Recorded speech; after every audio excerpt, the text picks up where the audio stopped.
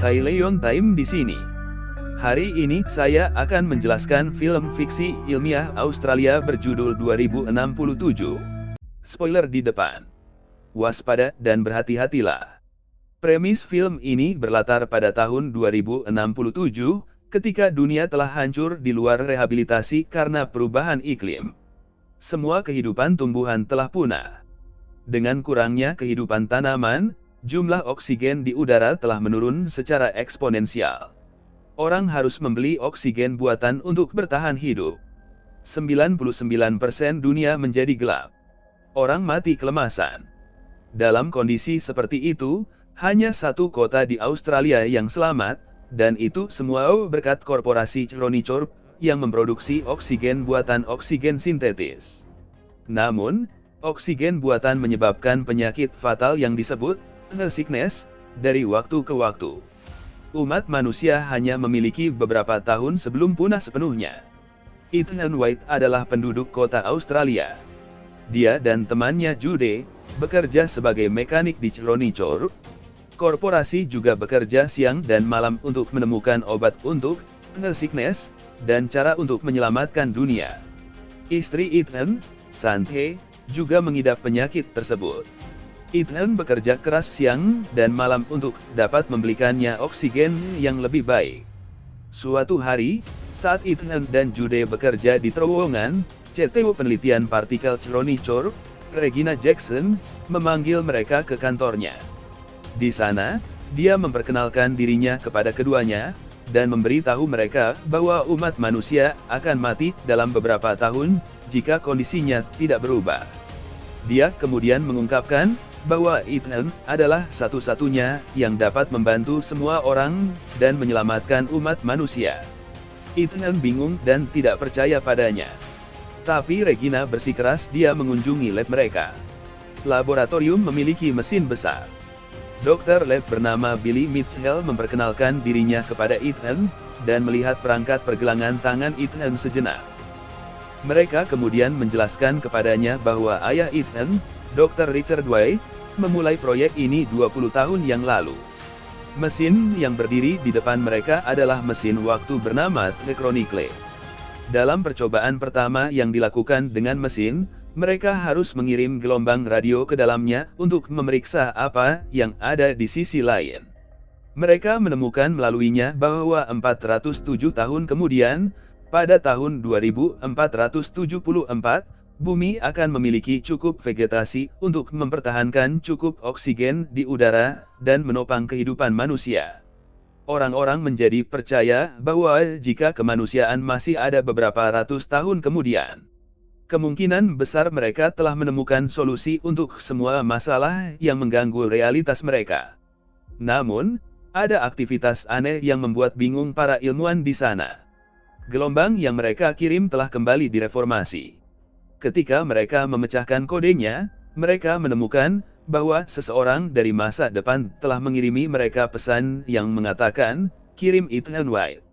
Jadi sekarang Regina dan seluruh tim ingin mengirim Ethan ke masa depan untuknya mengembalikan obatnya. Ethan sangat terkejut. Dia tidak mempercayai mereka dan berpikir bahwa Regina hanya menggertak. Apalagi dia tidak ingin meninggalkan istrinya yang sakit dan pergi ke masa depan. Jadi, dia menolak untuk membantu. Kemudian Ethan dan Jude berada di sebuah restoran, di mana mereka membeli oksigen segar. Jude mencoba membujuk Ethan untuk melanjutkan rencananya dan membantu menyelamatkan umat manusia. Namun, Ethan menertawakannya, mengatakan bahwa dia tidak ingin menjadi seperti ayahnya. Ethan membenci ayahnya karena tidak pernah ada untuknya. 20 tahun yang lalu, ayahnya meninggalkan rumah dan menghilang. Sementara ibunya terbunuh ketika dia masih kecil. Sejak itu, dia dibesarkan oleh Jude, seorang pria yang Ethan anggap sebagai kakak laki-lakinya sekaligus sahabatnya. Dia menyalahkan ayahnya karena meninggalkan ibunya untuk menyelesaikan proyek, dan tidak ingin mengikuti jalannya dan meninggalkan istrinya yang sakit. Namun, Jude berhasil membujuknya, mengatakan bahwa satu-satunya cara dia bisa menyelamatkan istrinya adalah dengan menemukan obatnya. Ethan mengenang ulang tahunnya yang ke-8 ketika ayahnya membelikannya sebuah kotak aneh sebagai hadiah.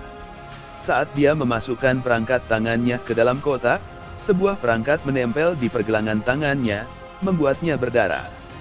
Richard telah menempatkan perangkat tangan permanen pada putranya. Sudah bertahun-tahun tapi Ethan belum tahu bagaimana menggunakannya. Kemudian di rumah, Ethan memberitahu Santiago semua yang terjadi di siang hari, dan dia juga mendesaknya untuk pergi. Keesokan paginya, dia menulis, "Aku akan menemukan jalan kembali padamu, pada bunga logam, dan meninggalkannya di samping Santiago." Dia kemudian pergi ke kantor Regina lagi, dan mengatakan kepadanya bahwa jika dia hanya dapat menemukan satu obat, mereka harus memberikannya terlebih dahulu kepada Santiago. Regina menerima, dan membawanya ke lab lagi. Dr. Mitchell menunjukkan kepadanya setelan yang harus dia pakai sebelum masuk ke mesin. Saat mereka mulai menjelaskan misi kepadanya, Ethan menyadari bahwa mereka tidak punya rencana. Mereka tidak tahu apa yang akan dia lihat, atau siapa yang akan dia temui di lain waktu. Namun, setelah mereka mengenakannya, mereka memberinya perangkat AI yang disebut Archie. Archie akan menunjukkan tanda vital lab Ethan setiap saat. Ini juga akan membantunya menavigasi lokasinya. Kemudian, mereka akhirnya melemparkannya ke dalam mesin. Di dalam, Ethan bergerak dengan kecepatan tinggi melewati waktu.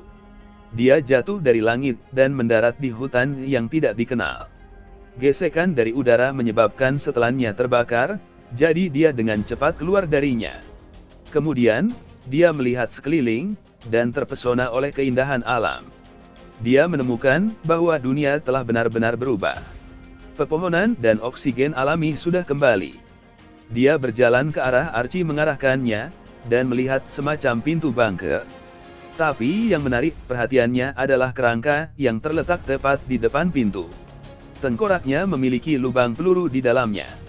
Selanjutnya, dia melihat label nama di atasnya dan ngeri melihat namanya sendiri. Kerangka itu milik Ethan. Ethan juga menemukan Archie kerangka dan memainkan rekaman terakhir. Dia mendengar seorang pria mengatakan bahwa ini adalah satu-satunya cara, dan menembak Ethan. Saat itu, daya perangkat mati. Dia ngeri, percaya bahwa ini adalah nasib yang menantinya. Kemudian, dia memperhatikan perangkat pergelangan tangan kerangka. Hal ini identik dengan Ethan kecuali cahaya bersinar hijau di perangkat kerangka. Tapi Ethan telah dibaca sepanjang hidupnya. Malam itu, dia menyalakan api dan memakan buah beri liar. Ternyata buah beri itu beracun. Ethan muntah dan mulai tidak sadarkan diri. Ethan bangun setelah beberapa saat, dan terkejut melihat Jude di depannya.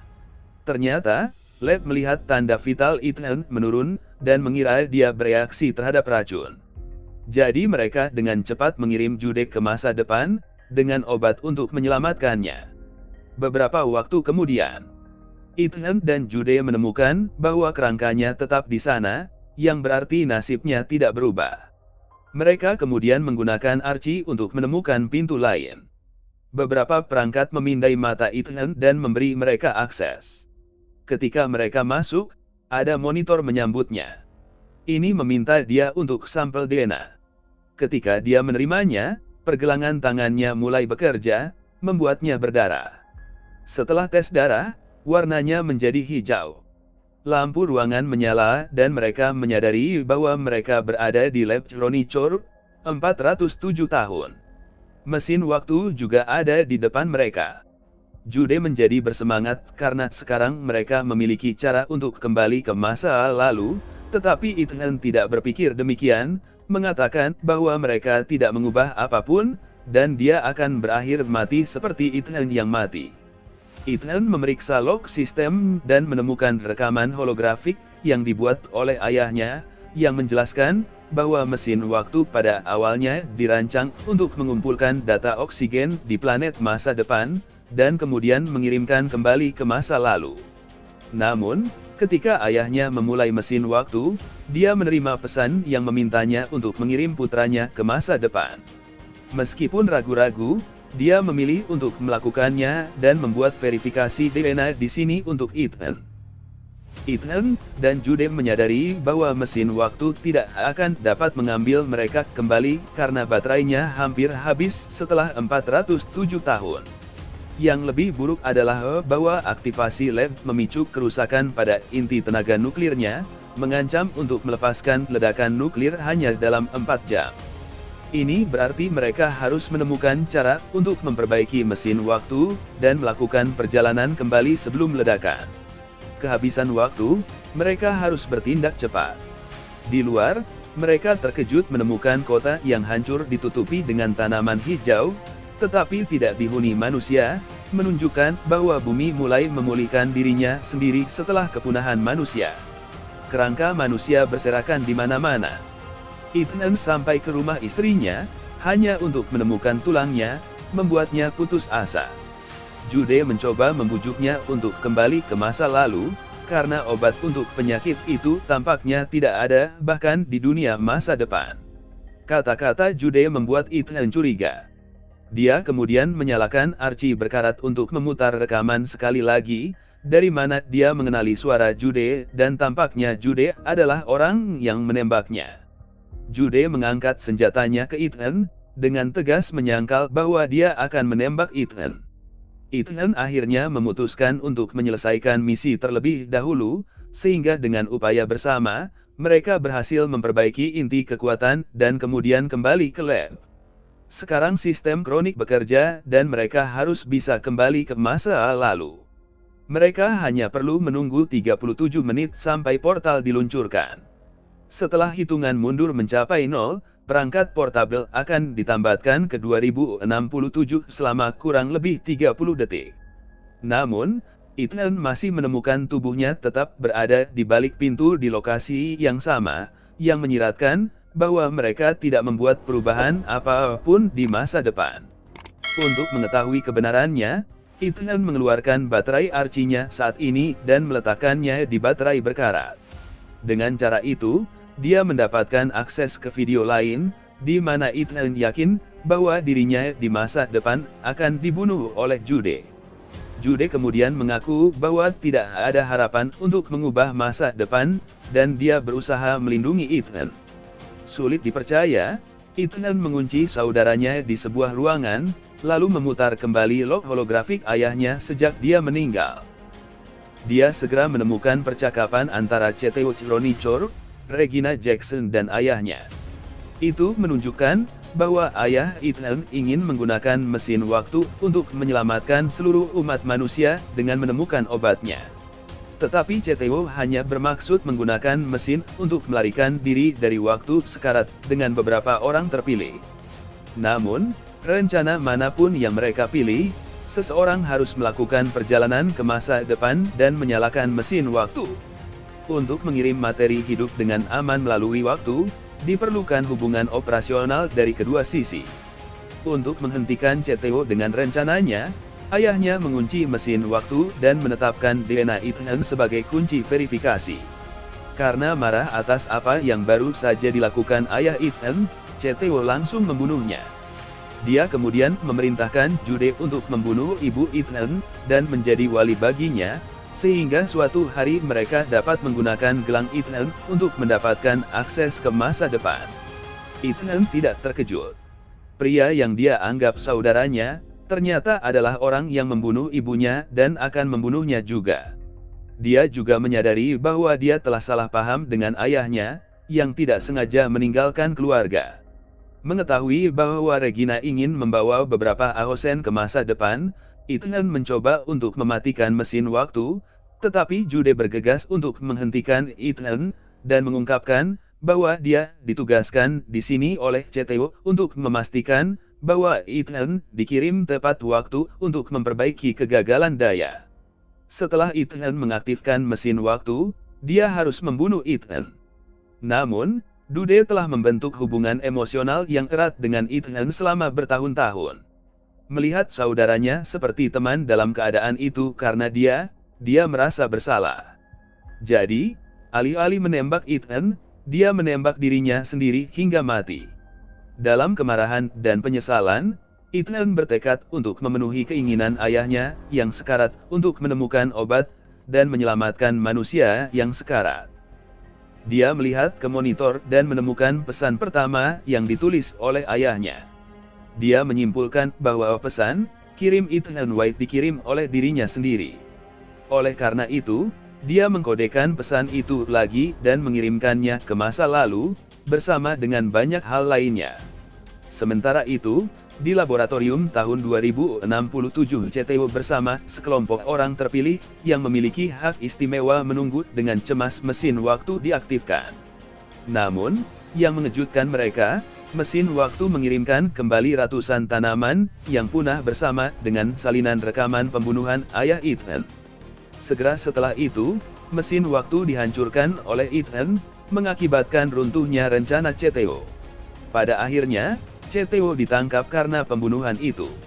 Tanaman yang dikirim kembali ke 2067 dibudidayakan untuk merevitalisasi planet ini. Istri Ethan juga menerima bunga yang dikirim darinya dan memahami pilihannya. Sementara Ethan harus tinggal di dunia masa depan sendirian, dia mengubur Jude dan memaafkannya. Seekor kupu-kupu menarik perhatiannya, dan membawanya lagi ke pintu masuk yang sama, di mana Ethan dengan senang hati menyadari bahwa mayat dirinya di masa depan telah hilang. Dia bergegas untuk melihat dunia luar, dan merasa lega melihat kota ramah lingkungan futuristik, berbeda dengan yang sepi dari sebelumnya. Keputusannya telah mengubah masa depan umat manusia. Subscribe supaya tidak ketinggalan video selanjutnya, aktifkan notifikasi dan like untuk membantu channel ini berkembang. Terima kasih telah menonton.